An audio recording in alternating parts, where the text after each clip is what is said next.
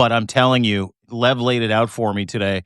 The EU and different EU countries are warning hospitals. They're putting their military on notice that something much bigger is coming, and we're just seeing the precursor to what that might be. Yeah, we're heading into a world war. I think that's just the consensus around the world. That's where we're heading into. Something might stop that, but there's nothing obvious right now when you look at the narrative that's laid out in front of us that's going to stop this war. I mean, Trump has consolidated power in America.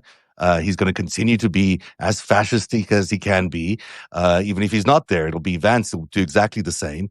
And, the Democratic Party is not really putting up any challenge, any foreseeable challenge against this. And the resistance movement has been quiet. It's not been the typical kind of resistance movement that you'd expect at the start of a fascist government, which means there's sort of consent by the American people that this is where they want to go.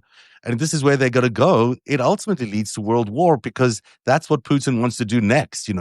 He does want to reclaim all of the Soviet Union and the countries he lost in the Soviet Union. That means further invasion into Western Europe, and then ultimately Eastern and Western Europe. And ultimately that triggers NATO, and all sorts of uncomfortable things happen, especially when half of NATO doesn't want to fight with the rest of NATO. A significant part of NATO doesn't want to fight with the rest of NATO because they're on Putin's side. I mean, that's just one scenario which directly takes you into world war.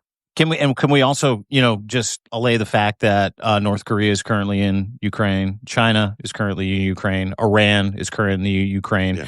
A couple of African countries, Libya currently has mercenaries in Ukraine.